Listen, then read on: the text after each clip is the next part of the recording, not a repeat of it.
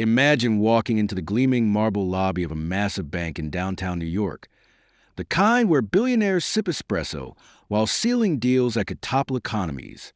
Now, picture an old black man, whether by decades under the sun, shuffling in with a tattered sack slung over his shoulder, his eyes sharp as a hawk's despite the lines etched into his face. He calmly declares he owns the place, and the room erupts in laughter. But what if that laughter turns to gasps of horror when the truth unravels? If you're in the USA or UK, hooked on stories of underdogs flipping the script on the elite, hit that subscribe button now. Don't miss out on more jaw-dropping tales that expose the hidden underbelly of power and prejudice. Your subscription fuels these narratives that challenge the status quo, delivered straight to your inbox with exclusive twists you won't find anywhere else. Subscribe today and join the revolution of storytellers who dare to reveal the untold. In the heart of Manhattan, where skyscrapers pierce the sky like arrogant fingers pointing to heaven, stood the venerable Empire National Bank, a fortress of finance that had weathered wars, depressions, and scandals for over a century. Its lobby was a symphony of polished granite and crystal chandeliers, echoing with the clipped tones of suited executives and the soft hum of transactions worth millions. On a crisp autumn morning in 2025, the door swung open to admit Elias Hawthorne, an octogenarian black man, whose stooped frame belied a lifetime of unyielding resolve. Dressed in faded overalls and a threadbare coat that smelled faintly of earth and old tobacco, he carried a burlap sack that sagged under some mysterious weight. The security guard at the entrance, a burly young man named Mike with a badge gleaming on his chest, eyed him suspiciously but let him pass.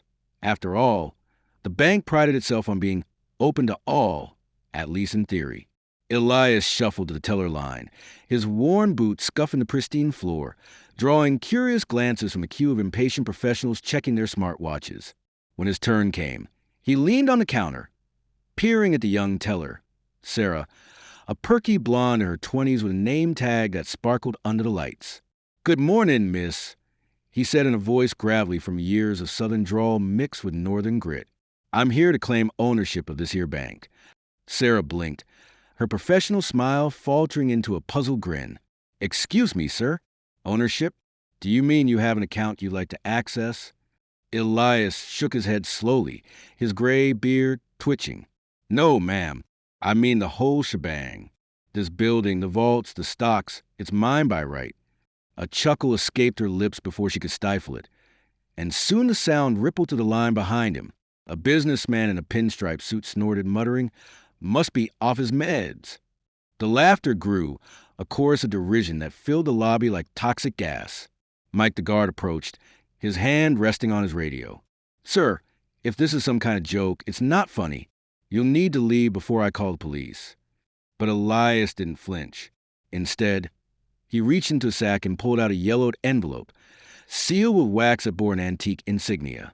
"Laugh all you want," he said calmly, "but read this first. It'll wipe them smiles off your faces." The envelope contained documents that looked like relics from a museum, deeds, ledgers, and letters dated back to 1892. As Sarah scanned them under the skeptical eyes of her manager, Mr. Hargrove, a slick executive with a Harvard tie and a perpetual smirk, the room's amusement began to sour. Hargrove snatched the papers, his face paling as he read. This can't be real. It's got to be a forgery." But Elias stood firm. "Check your history, son. My great-grandfather, Josiah Hawthorne, was a freed slave who struck gold, literally, in the California rush.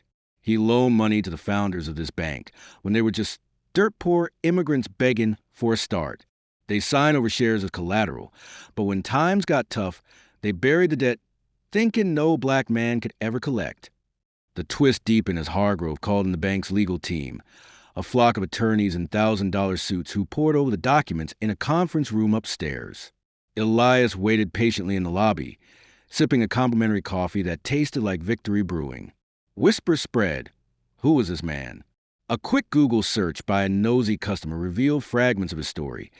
Elias had been a sharecropper's son in Alabama, migrated north during the Great Migration, worked in factories during World War II, and quietly amassed knowledge of his family's hidden legacy through decades of research in dusty archives. But the real shock came when the lawyers emerged, faces ashen. The documents were authentic, verified by carbon dating, and expert analysis rushed through connections. Josiah's loan had ballooned with compound interest over 133 years, amounting to a controlling stake worth billions. The bank had erased records during the Jim Crow era to avoid paying a black family. But Elias had unearthed the truth from forgotten courthouse basements. Laughter turned to panic as the news hit the trading floor. Stock prices plummeted in real time on the lobby screens. Investors fleeing at the whiff of scandal. Hargrove, sweating now, offers settlement. Name your price, Mr. Hawthorne. We'll make this go away quietly. But Elias smiled, revealing another layer. Ain't about the money, though I'll take what's due.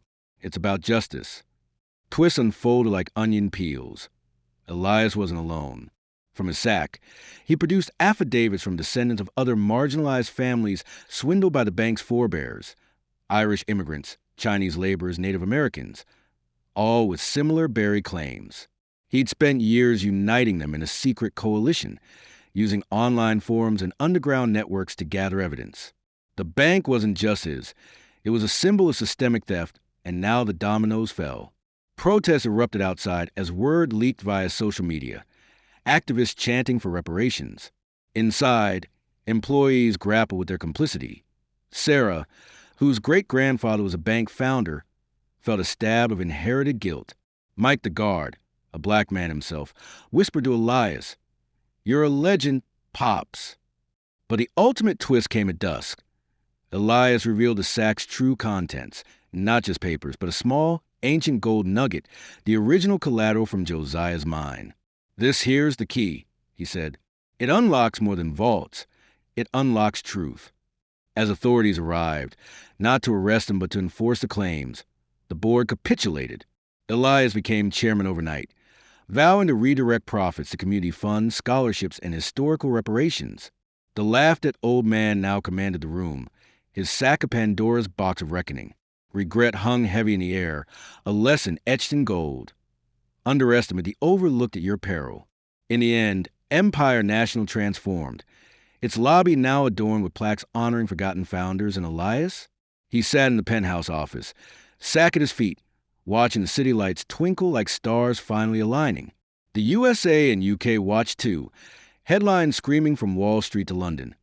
A tale of twists that prove history's ghosts demand their due, and laughter often precedes the fall.